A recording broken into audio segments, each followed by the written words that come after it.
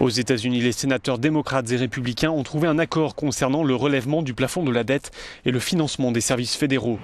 Le vote au Sénat pourrait avoir lieu dans les prochaines heures. Le texte d'accord sera ensuite transmis à la Chambre des représentants pour qu'il soit étudié et adopté.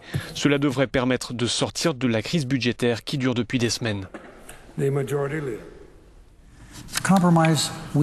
Le compromis que nous avons obtenu donnera à notre économie la stabilité dont elle a tant besoin, explique le chef de file des démocrates au Sénat.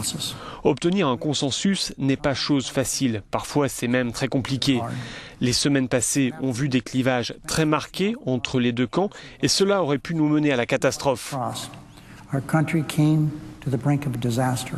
Mais les divergences ont finalement été mises de côté justement pour éviter une catastrophe.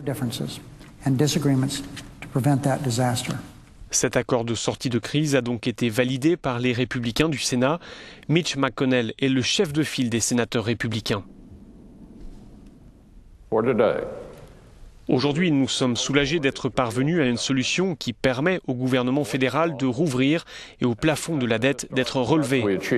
C'est peut-être moins que ce que certains auraient espéré, mais c'est davantage que ce que certains cherchaient à obtenir. En l'absence de vote formel au Congrès sur le relèvement du plafond de la dette, les États-Unis se trouveraient en situation de défaut de paiement, ce qui n'est jamais arrivé.